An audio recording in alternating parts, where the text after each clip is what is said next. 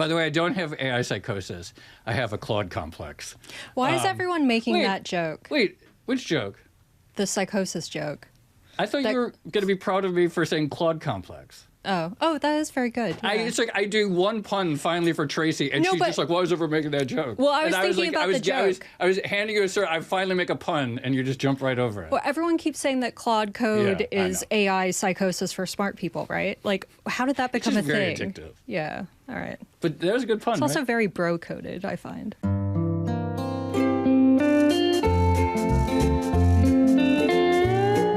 Hello and welcome to another episode of the Odd Lots podcast. I'm Joe Weisenthal. And I'm Tracy Alloway.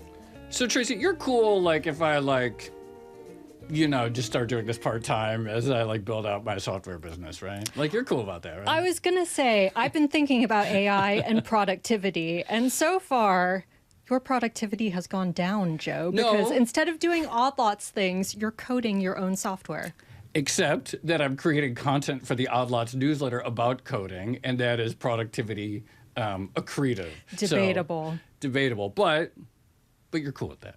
You're cool with me, oh yeah, I'm just gonna check in part-time on Odd Lots when we have a recording. Well, no, of course not. Okay, good. Of course not. Good. That's the right answer. I want you to yes. I want you to be really sad. But a few other people, I have caught the sort of bug of AI coding, and I'm totally blown away. I've played with it from the beginning. I started playing around with it last year, but then over the holidays, and I've been writing about this in the newsletter, suddenly my Twitter feed is Claude Code, Claude Code, Claude Code. Mm-hmm. I'd used Cursor before, which I was very impressed by at the time. And so when I got home from vacation, one of the first things I did is figure out how to install Claude Code on my computer. And I was oh, I am hooked. And this is actually I see why half my Twitter feed is just people posting about this.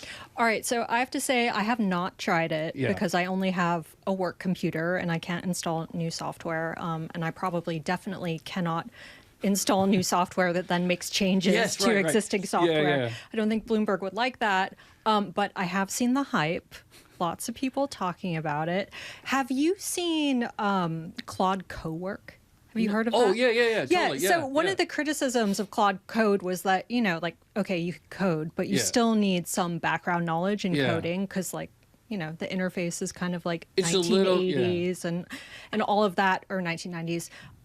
Cowork apparently, goes a step further for normal people in coding and makes it super, super easy. And the funniest thing is that apparently Claude Code actually coded Cowork. So this is really relates to my experience last year and then this year, which is that even last year, trying to use the AI coding tools, it was an annoying process because there are various things that you had to do in the actual command line of the computer that were I don't know command line vernacular, and you have to install these libraries and stuff. Yeah. So there was this sort of barrier that existed, but what's really changed in the last year, or with Claude Code, which has actually been around for a while, and I should have played with it before, is that because it sits on your computer, it sort of takes away, it de-abstracts this. And so when you talk about no, Claude it actually Codework, does the stuff. It does itself. it. It's just we're going to need to install this open source natural language processing library. It just does it automatically instead of me trying to figure out what are the right keystrokes to pull that in, or why is this not going into the right file folder or whatever. And so Cowork, it's all of these sort of little frictions, these technical things, command line user, very rapidly are dissipating. Yeah. And so that then you have something like Cowork where it's just they're taking care of that, and so you get this user interface that's just it's just getting easier and friendlier. There's almost no technical frictions at all anymore. Also, it feels very iterative. The code is improving upon itself at this point, and I think that was one of Claude's main selling points. Well, this is you've seen people talk about oh, is AGI here? And this is part of the debate because one of the ideas, I guess, behind AGI is well, what happens when you have software that can train itself and so forth? And I don't really know if I buy that, but you do just see how fast the iteration cycles are. And I think we want to get into this. In part, they're fast because a bunch of people are suddenly getting excited. So then the human provides this sort of we're sowing the seeds of our own demise because we're so enthusiastically participating in the evolution. But I just it's suddenly clear oh, this is going to change, I think, computing. And the other thing is the code works. Like it creates code that like, this is like, there's no bugs, you know, it works. Did you see, speaking of automating yourself, did you see there was a post on Reddit from a lawyer who said he's basically used Claude Code to automate like his entire job and he hasn't told anyone? I'm not exactly surprised because the other thing that I experimented with is, and I haven't 100% verified this, but on Jobs Day last week, I downloaded the full PDF and I just typed into the Claude Code, like, find the most interesting details and make some charts based on, and it did it in like a couple minutes. I have no like ability, like I've never like built charts myself by hand or whatever, or like designing or whatever. And I didn't totally confirm yet that the data was all correct, but I'm pretty sure it was because everything I spot checked. So I didn't just that crucial detail. Yeah, I know. I didn't. That's why I didn't want to like, oh, like here's the today's jobs report and charts. But I did But what application did it actually build it in? The charts. I don't know. I just had a file. Like that's the thing. I had a file on my computer at that point. What kind of file? Like a PNG file, like an image file. Yeah. That's the crazy thing. I don't know. And so there was just this image that had a bunch of charts, and my spot checks did suggest like I didn't see anything off. And people get paid money to like build that kind of stuff for like analysts and stuff like that. And Right. So this is the other big question. If everyone can build their own software, what actually happens to software? And I was reading something, I forget who it was by, but someone used Claude Code to create, they wanted a website that would basically make them money for doing nothing. And that was the prompt. And did they do that? yeah, so the idea that the model came up with was you can sell prompts, packages of good prompts, and sell them for like $40 and you'll make tons of money. And I was thinking about that, like, okay, it's possible to make money that way, but also, why wouldn't I just use Claude Code To generate prompts. to do the same thing?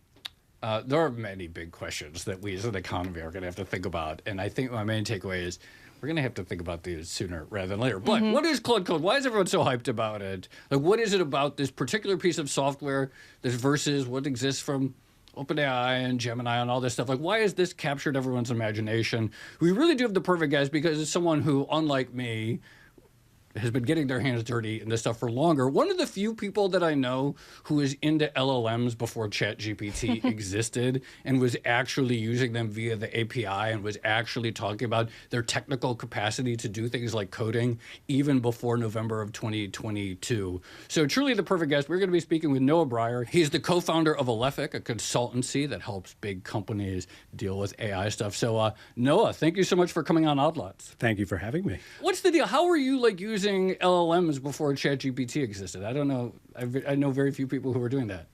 I had the good fortune of shutting down a startup in 2022, and so I had a lot of free time on my hands. And then how are you using it though? Like how did you how did you aware that there was this thing that could be of potential use to you? What were you doing? My very first thing I was doing was using GitHub Copilot, which at the time was built into VS Code, and it was autocomplete inside VS Code. So it was a nice, and pretty immediately realized that there were certain coding tasks that it could just handle completely.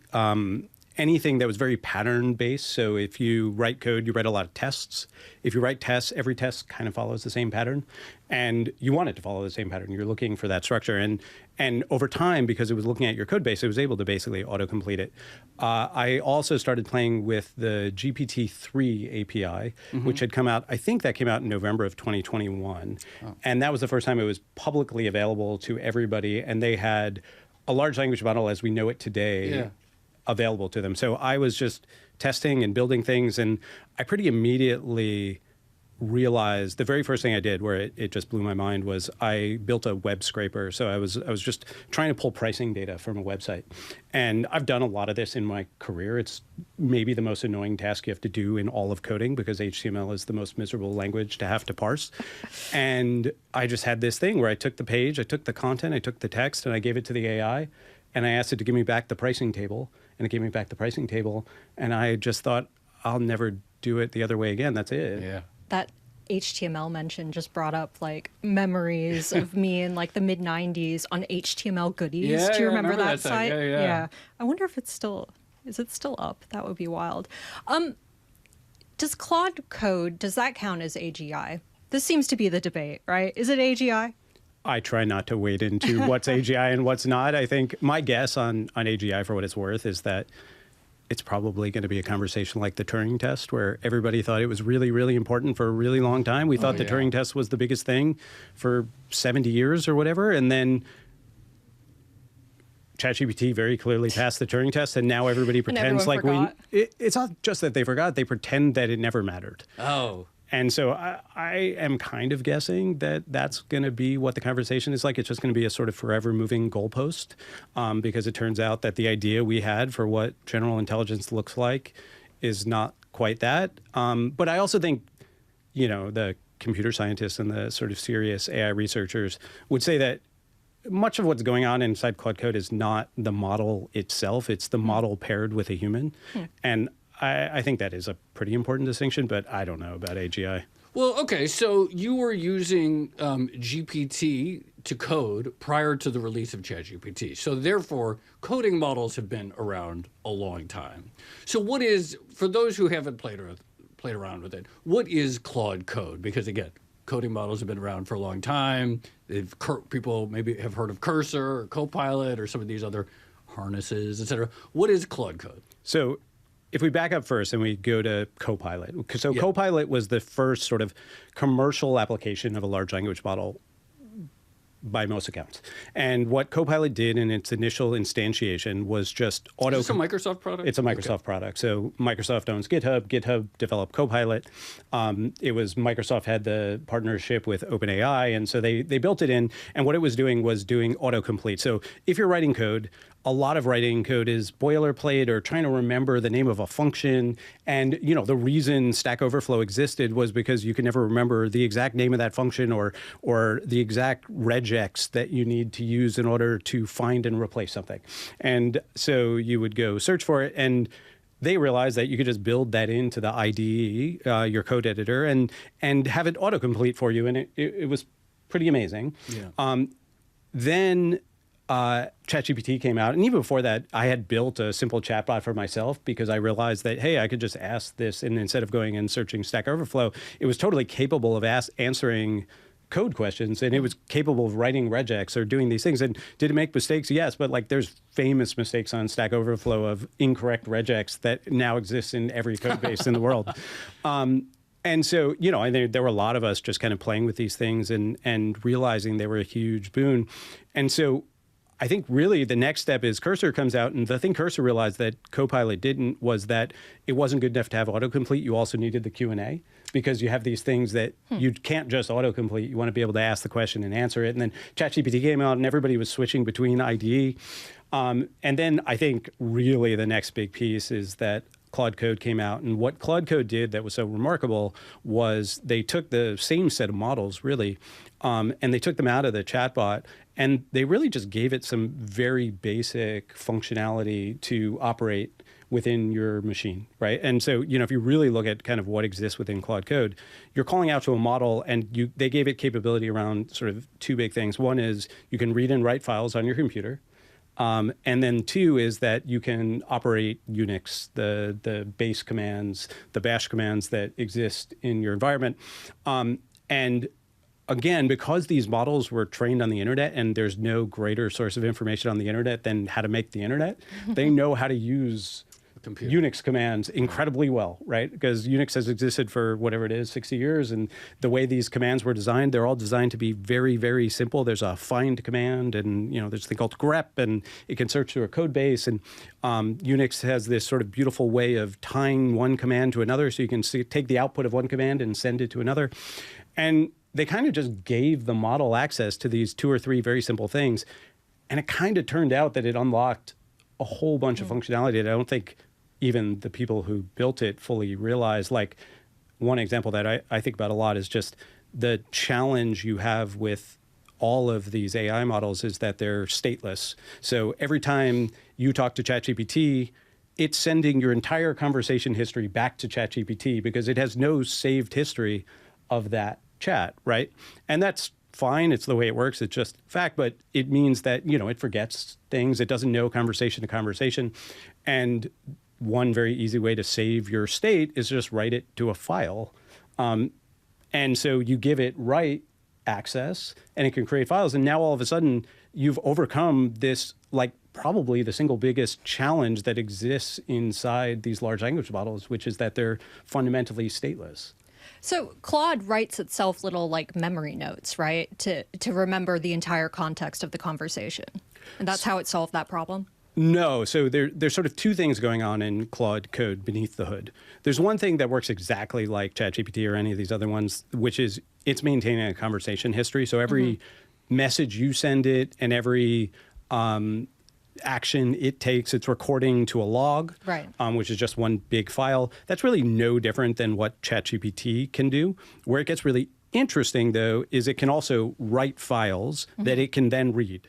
So whereas that conversation history is all saved off, and eventually that conversation gets too long and it needs to do a thing called compaction.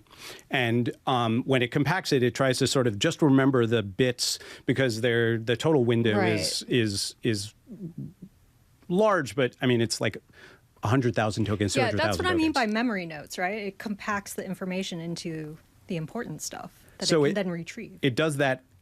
It only does that at the end, like once it runs out of space, Okay. once it runs out of context window. So it has 200,000 tokens, I think, and 200,000 tokens in rough terms is probably 150,000 words.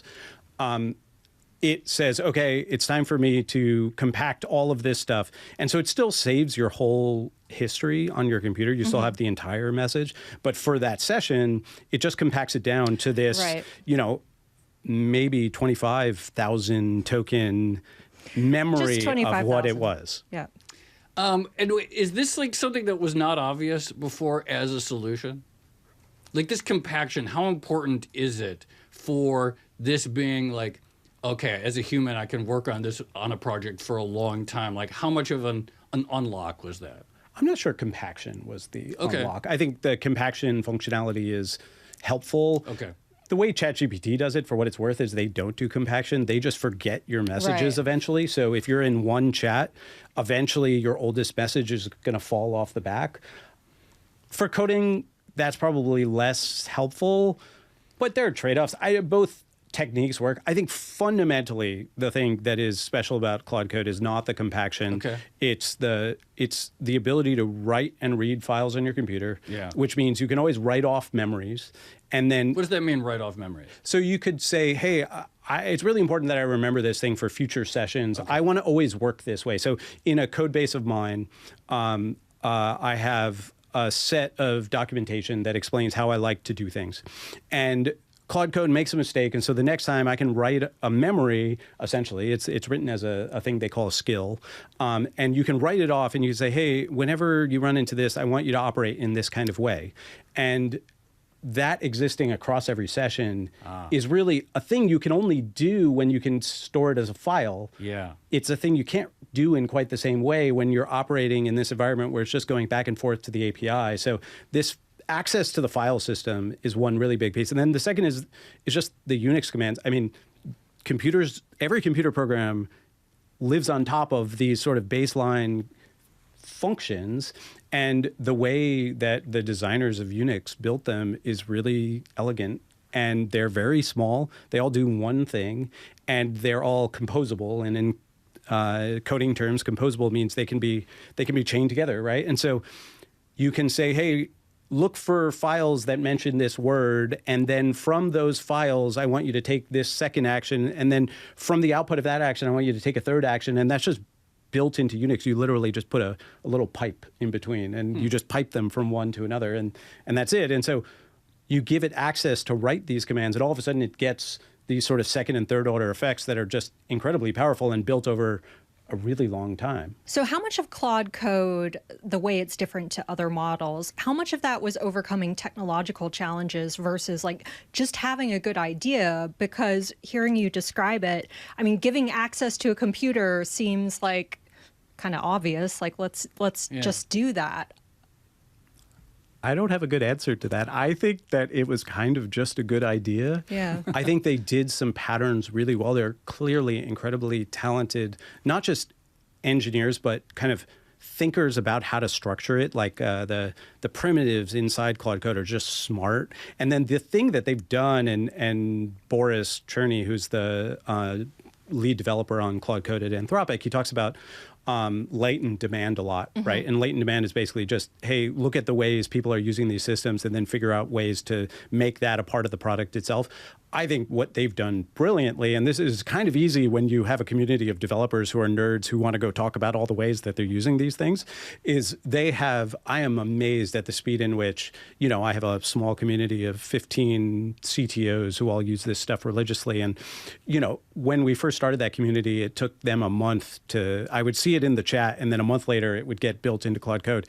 And then increasingly it's like a day later, it feels like they're just listening to it, but I think they're just not only tapped in, but they're really fundamentally, they're dog fooding it. They use their own products. When they talk about the engineering productivity at Anthropic, despite growing at a crazy clip, it continues to go up. And anybody who's had to manage large scale pieces of software, large scale code bases, knows that's not the norm. So VS Code and Cursor, these are IDEs.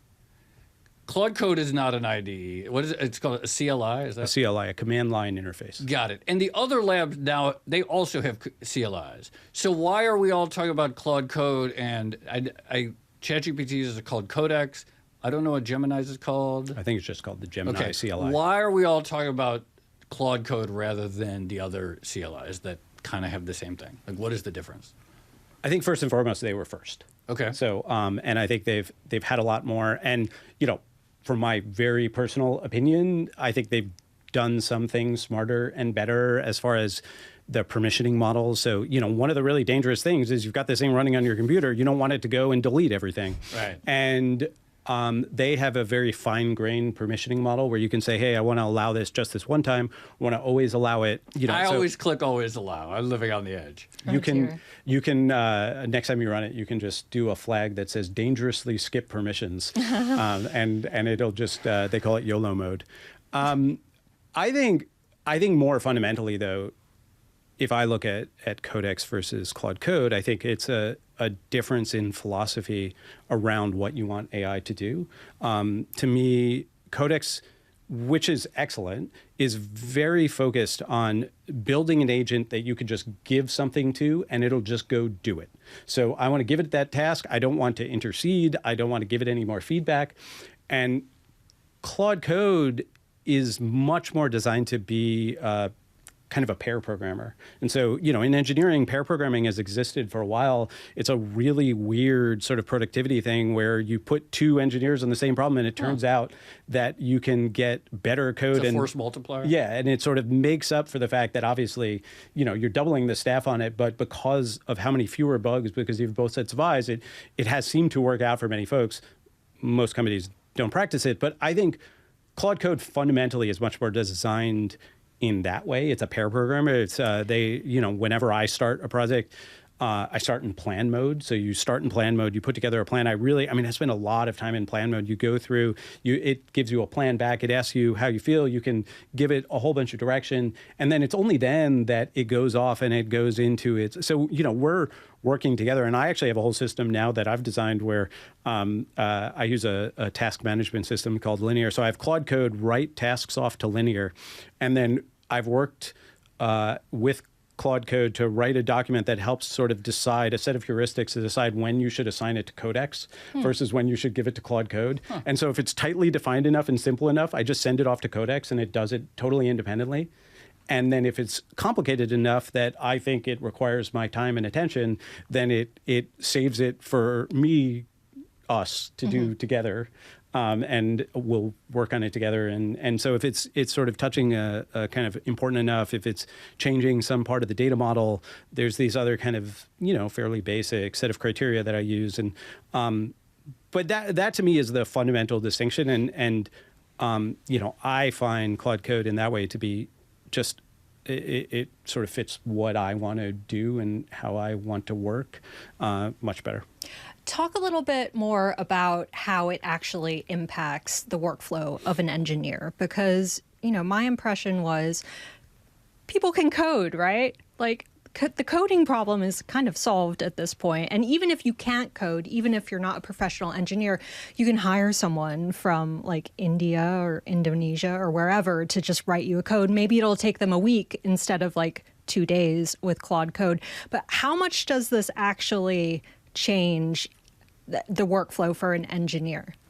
As completely as it could be changed. I mean, I would say that over the last 3 months, I've written personally, I don't know, a few hundred lines of code. Like I am mostly a manager of a set of agents who are writing code on my behalf. And, increasingly, what I think is interesting, I've been thinking about this a bunch lately, is like, in some ways, it's just bringing me back to the core challenge that has always existed in software development, which is how do you manage a large-scale software development project? It's coordination, right? It has become a coordination problem, and I spend a lot of time sort of now designing my Claude Code system to ensure that code goes through all the proper checks and that it has all these things. The other thing that makes code a particularly good place to do this is that code is verifiable in a way that most other work is not. So with code you can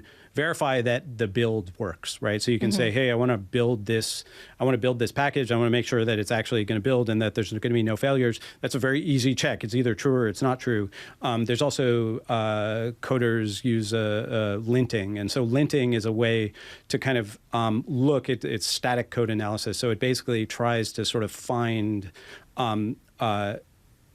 things in your code base that are not going to work ahead of time where you can predict that. Obviously, you can't predict, Alan Turing proved that you can't predict with certainty whether code is going to run, but there's certain patterns and things that it can find. It essentially does static pattern analysis. And so, you have it run all these things, but the more kind of opinionated you can be about that and the more steps you can have it go through. So I find, now I'm kind of the designer, which honestly, as an entrepreneur and as a CEO of companies, like that's kind of always been my job. Like I've been I've less and less been a person who writes code and more been a person who designs a system, in that case, a company with a bunch of people who write code.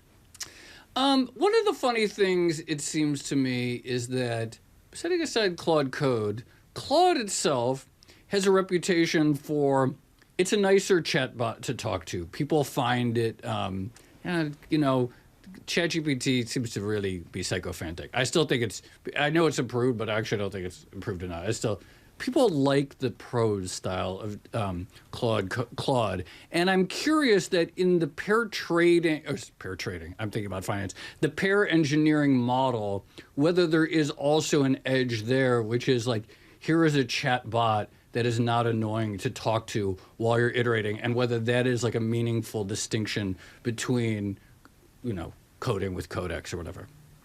Yeah, I don't know. It still can be very annoying, I will tell you, and it'll still sometimes be overly effusive with me about a design choice I made or sort of noticing something, which I could live without. So I'm working on this project that's doing this linguistic things, and I eventually had to say, like, give it to me straight. How bad is this? And then, so I said, actually what I said was, assume for a moment that you are a quantitative linguistics with a PhD. Give me your honest assessment of where we are with this. And it said, like, you've developed a nice toy, and there's no evidence that it actually does. And I was like, okay, that's nice to hear. I actually, I appreciate that. And it was, like, very blunt. Not, it's still, like, polite. But it was like, you haven't really shown anything. You haven't really established at all that your software does what it claims to. Yeah, I think stylistically, I kind of personally agree. My theory, by the way, on Claude versus OpenAI ChatGPT models is I think Claude is actually better at sort of reflecting what you give it. And so I think part of why we think it's better is it's better at pretending it's us. Yeah. And so we tend to like that. This is purely speculation, but that's always been my theory on. So it flatters you in a different way. I think it's flattering you in a much more subtle way. Yeah, interesting. But for a long time, just Anthropic has been producing the best coding models.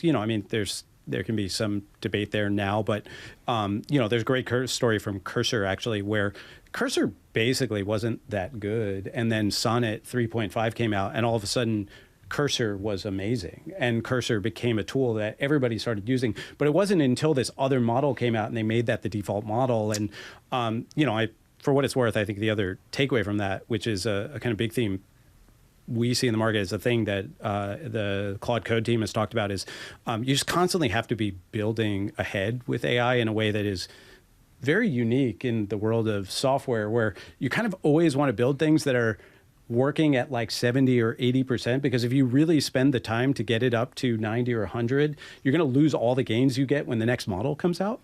And with the amount of CapEx being spent on these models, like there's a next model that's going to come out that's going to be awesome, and you just kind of want to be downstream from that, and you don't want to waste 6 months getting an extra 3% when that new model is going to give you an extra 7%.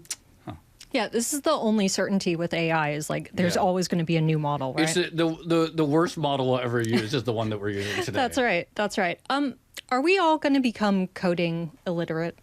Are we just going to forget how to code if everyone's using, general language to do it? Forget. I never learned. Yeah, okay. You know what I've been thinking about? You know that Scott Karp, the CEO of Palantir, and he has that line. He's like, when I was young, I was too poor to have a car, or so I didn't get so I never learned to drive, and now I'm too rich, so I never learned to drive. I feel like when I was young, I was too dumb to learn to code, and now you leaped ahead. Yeah, now I'm too smart to learn Python or HTML or whatever.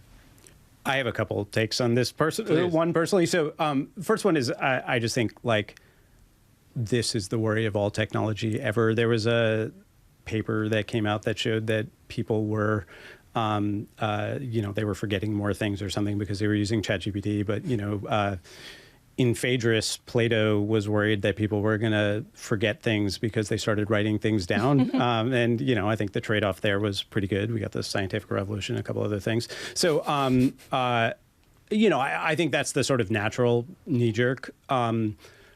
With that said, it is...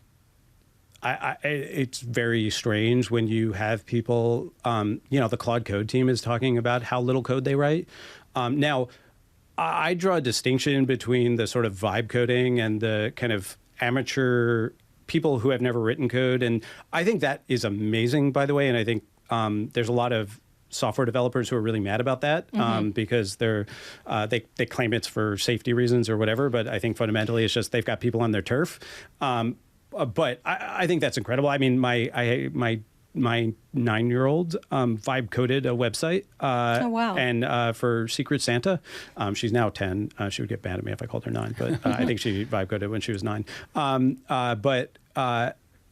That's awesome, right? I don't know. That's amazing. That's a way for people to express themselves in a way that they couldn't before you did your linguistics project. That's right.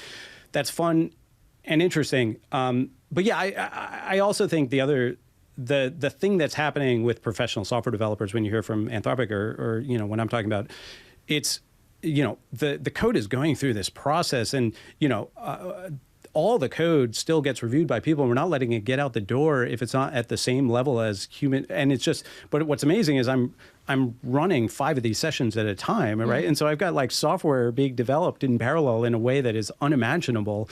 And the other thing is just now the best software engineers wrote the least code anyway. The sort of classic story of like the difference between a junior developer and a senior developer is that a junior developer gets a problem and they sit down and they put their fingers on the keyboard and they start writing code. And a senior developer gets a problem and sits there for 3 hours and tries to figure out what the best way to solve it is, and then spends 5 minutes writing code to get it done. True elegance is restraint. That's what I say. What are you seeing in the companies you're working for? Like, I find it hard to believe, and I was maybe skeptical of this, but it feels like right now we're here with technology where, like, if I were like companies like I said, you can build charts of data in a way that used to be like someone would have had to get their hands dirty, or et cetera. In the companies that you talk to, is right now this having an effect on how they think about what positions they're hiring for and the skills they're looking for and so forth? I think that it's hard to answer right now. I think that certainly, I do think, I personally think if I look at the sort of layoffs in the technology industry over the last couple of years, I think some part of that is just looking at the output of these models and saying, hey, these models are able to produce at, the median, And I have a whole bunch of sort of middle managers who are producing at the 65th percentile. And it's like, I can produce median for $1.50 per million tokens, or I can produce 65th percentile for however many hundreds of thousands of dollars a year. It's a sort of fairly simple trade-off. I think so. I do think there's a lot of downstream effects. I think the other thing that's happening is kind of like middle management is under threat because it's the realization that, hey, like part of what these models are amazing at is I think of them as like a fuzzy interface. They can sort of turn any data into any other data, right? You can sort of transform data from one format to another. You can take a PDF and you can turn it into charts, right? And there's whole people who exist, or if you think about what product managers do, a lot of what product managers do is they take how people are using a product and they try to transform it into a format that engineers can then use to figure out what to do. And I think a lot of those kind of a lot of those pieces that used to just be kind of transferring knowledge. I've always said, Tracy, I think one of the most important roles in any organization is essentially translation work. And you see it in the newsroom where it's like, here is a team specialized in emerging market currencies. And then they have to they have to then tell the senior editors what they're working on. But the senior editors, who are maybe more generalists, don't really know like why like some sort of like, Won Yen carry is important, and that a really important role within any organization is essentially the team that can translate between the generalist team and the specialist team. Absolutely. And so that's an interesting observation in the sort of engineering world of like, okay, these are tools that are in some sense translation tools. So I agree completely, by the way, but we talked about vibe coding, and Joe has this application that I don't think you're looking to monetize. No, I'm just trying to make it for the good of the world. Right. Okay. When did that become a crime?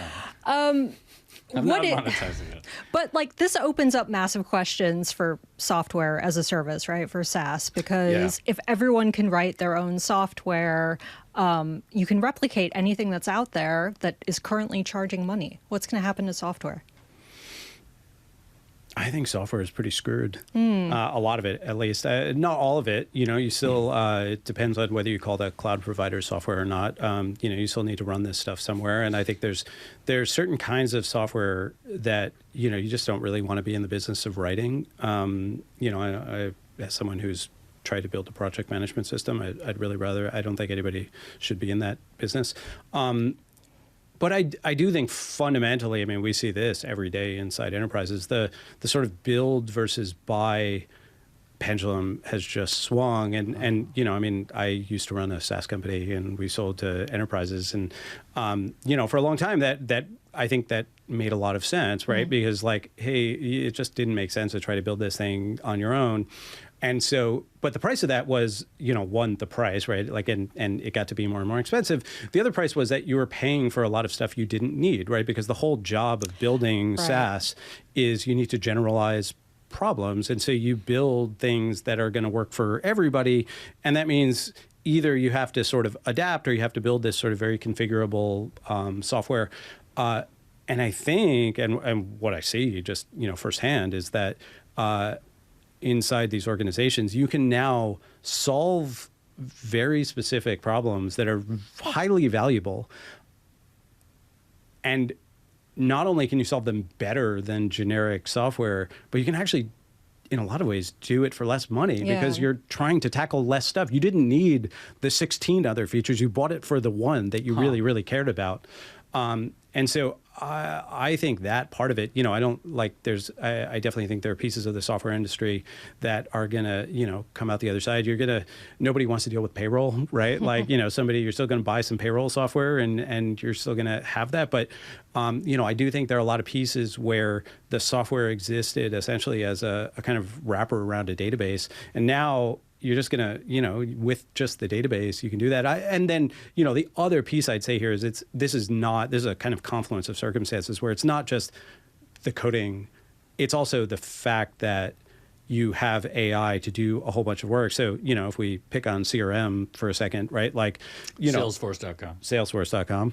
We can, you look at what the interface of that is, and essentially it has existed to get salespeople to take unstructured data, which is sales meetings, and turn it into structured data so it can be stored in a database.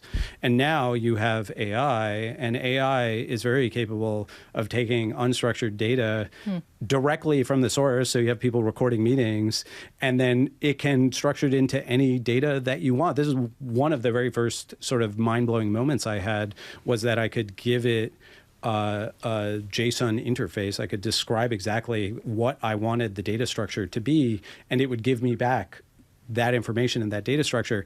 And we've just basically been having a bunch of humans do that work for a very long time, whether it's in CRM or project management or any of these other places. And the ability to just kind of get rid of that whole thing, I think it really does bring into question the value of a lot of these software companies. Well, so we have seen like a lot of software stocks, they look like melting ice cubes right now. What is it? So I want to talk, I mean, this is like, our listeners who are investors, there's a pretty high stakes question of like what residual value there is. But talk a little bit more about Salesforce. Maybe this would be a time to learn what it actually does. As it's massively being disrupted, now we get around to learning what Salesforce is. But I know it's like many things, there are apps that people built onto Salesforce, but this sounds like we're hitting on probably one of the crucial questions for like the future of the software industry. So talk a little bit more about like the current approach and what people are buying when they buy a package or subscribe to a service from Salesforce, and then what the unlock opportunity is from having AI like live in the same world as all your files. Yeah, so I think if we take CRM as the general category, so the biggest players there are customer relationship management. That's like what Salesforce does it, SAP does it, HubSpot does it for the mid-market.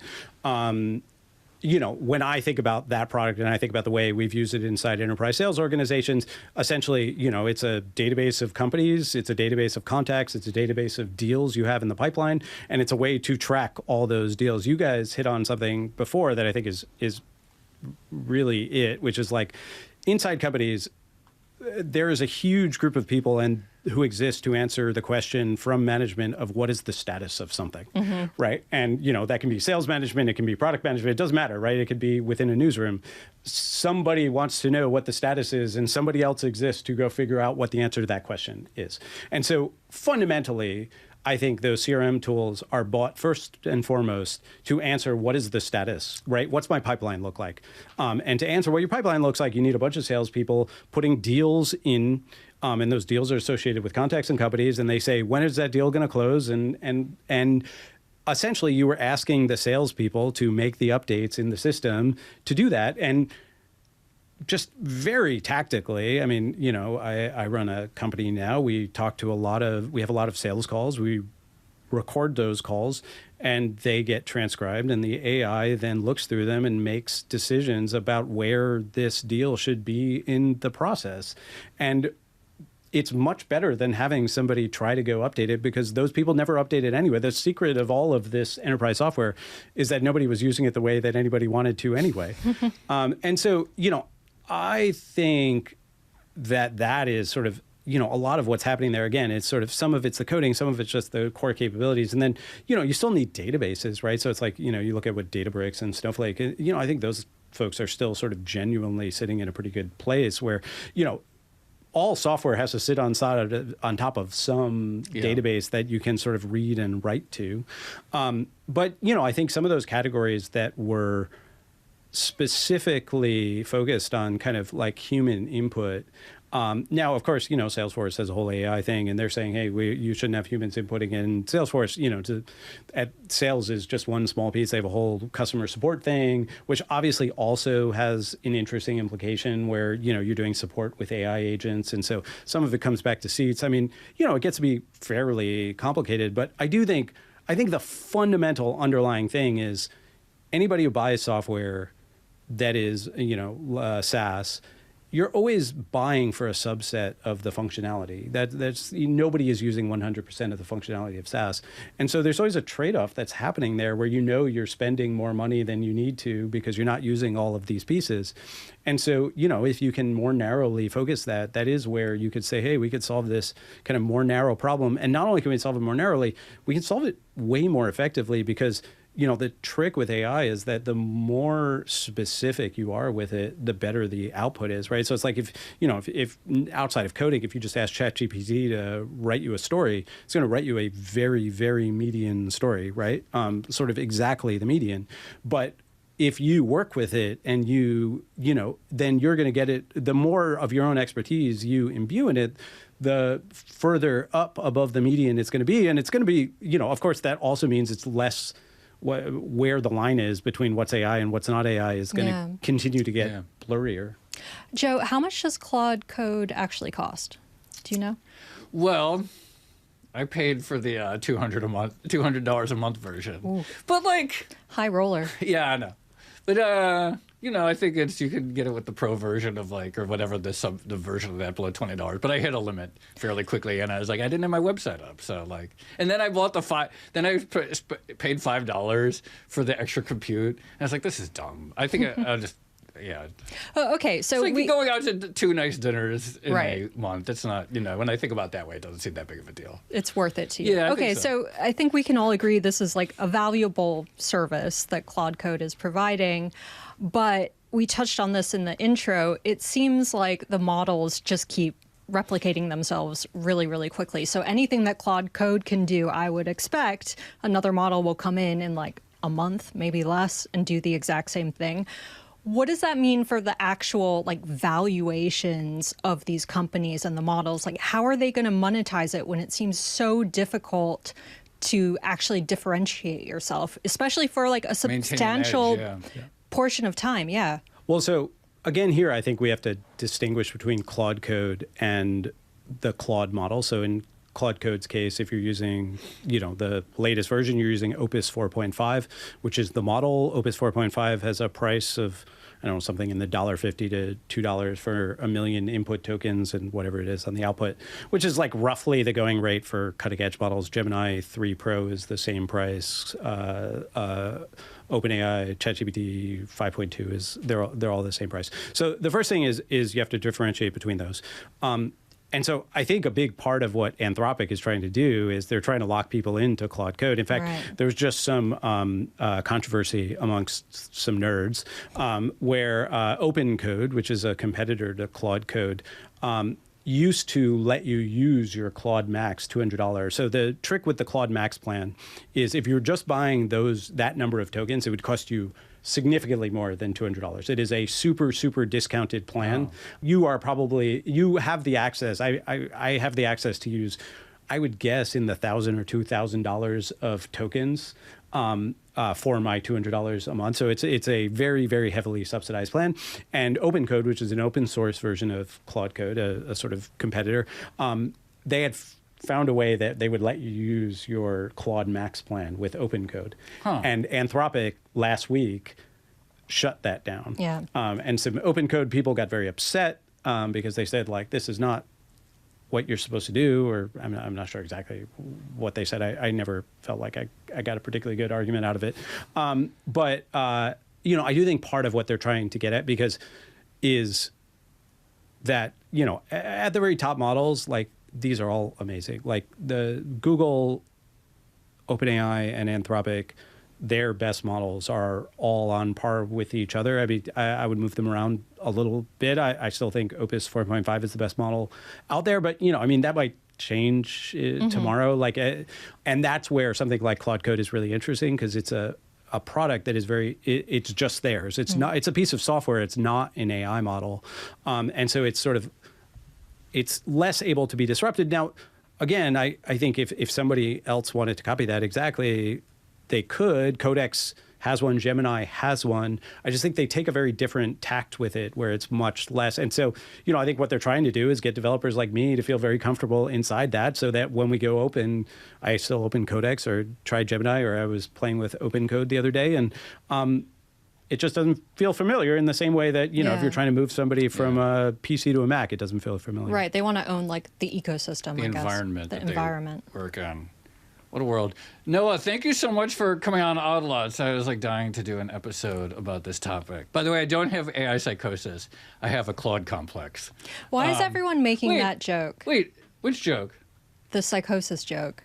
I thought you were going to be proud of me for saying Claude complex. Oh, that is very good. Yeah. It's like I do one pun finally for Tracy, and she's just like, "Why was over making that joke?" Well, I was thinking about the joke. I was handing you a sir. I finally make a pun, and you just jump right over it. Well, everyone keeps saying that Claude Code is AI psychosis for smart people, right? Like, how did that become a very thing? Addictive. Yeah. All right. But that was a good pun. It's also right? very bro-coded, I find. You think so? All of AI is bro-coded. This is true. We should talk more about this. You know, we should have David Shore on. He's been doing a lot of polling about various demographics and how they feel about AI. We should, and he had some interesting stuff. I'd be into that. Yeah, we should do that. Anyway, Noah, thank you so much for coming on Outlaws. Thanks for having me. Well, that was fun, Tracy. I really, it's obvious to anyone who's been within 5 feet of me for the last 2 weeks. I'm like totally addicted and gone down the rabbit hole and stuff. But like, I, for the first time, unironically, am like, okay, this is transformative technology beyond being very impressive technology. Right. So I've been coming to a conclusion, which is that, AI can be both underhyped and overvalued simultaneously. And I feel like that's kind of where we are at the moment. Is that where you're making your stock call? Yeah. No, but seriously, it's a big deal. It's going to change the way we work, but is it monetizable? Can you differentiate the actual models? The better the technology gets, the easier it is to just do what everyone else is doing. And also, the compute gets cheaper and cheaper. So I just don't know how you monetize this. Well, so that's very interesting, his point, which is that the tokens are heavily subsidized still. Yeah. And so that if you're paying and actually using that $200 max program and you actually use it to the limit, Claude is going to lose money on this. Right. And then the prices keep dropping. And I know Claude Code is, okay, they're attempting to create something that resembles a traditional software ecosystem that you feel as a user that you're locked into. But so far, in my various, since November 2022, when I started playing with AI, it hasn't felt like anyone has established lock-in with anything. Yeah. And it's very movable. And I suspect, even though I have this file now on my desktop that has a file called Claude MD that gives instructions, et cetera, I'm certain that if I open this file with Codex or Google's, I could probably just pick it up the same. Yeah. I also think there's a fundamental issue with the lock-in strategy, because when you're talking about technology and the internet, it just feels very against the grain to try to lock people into anything. And we've seen various projects over the years, and it's a lot harder than it looks. Yeah, I mean, I guess I would say it's a lot harder than it looks, but then we also know the flip side, which is that tons of people are locked into software that they hate, right? Yeah. People are, I hate, how many times have you, I hate Outlook, right? Or I hate Microsoft Teams, and I hate this, and I spend money on it every month, and my organization can't move off of it, or we can't migrate off of it. So I do think that cuts both ways. I do think he offered the best explanation I've heard of why the AI coding models are a threat to a lot of pretty big software businesses, especially the point about how the user never uses all of the features that the software got built for, and therefore maybe the build versus buy calculation really starts to shift when they can just design that one feature very quickly. I totally agree. On the software side, it seems like an existential threat, but just the locked-in ecosystem of a particular model. I know you said it's not actually a model, but that seems like a bigger issue to me. I don't know. I guess we'll see. We're going to see. And I don't know. I kind of think we're going to see quickly. Yeah. That's, that's the only certainty is stuff is happening fast. Stuff is happening now. Yeah. All right. Shall we leave it there? Let's leave it there. Okay, this has been another episode of the Odd Lots podcast. I'm Tracy Alloway. You can follow me at Tracy Alloway. And I'm Joe Weisenthal. You can follow me at The Stalwart. Follow our guest, Noah Brierwa. He's at Hey It's Noah. Follow our producers, Carmen Rodriguez at Carmen Armand, Dashiell Bennett at Dashbot, and Cale Brooks at Cale Brooks. And for more Odd Lots content and to see what Joe has actually been working on with Claude Code, check out our daily newsletter. You can find that at bloomberg.com/oddlots. And you can join fellow listeners in conversation 24/7 in our Discord, discord.gg/oddlots. And if you enjoyed this conversation, if you like it when we talk about AI, then please leave a comment or like the video, or better yet, subscribe. Thanks for watching.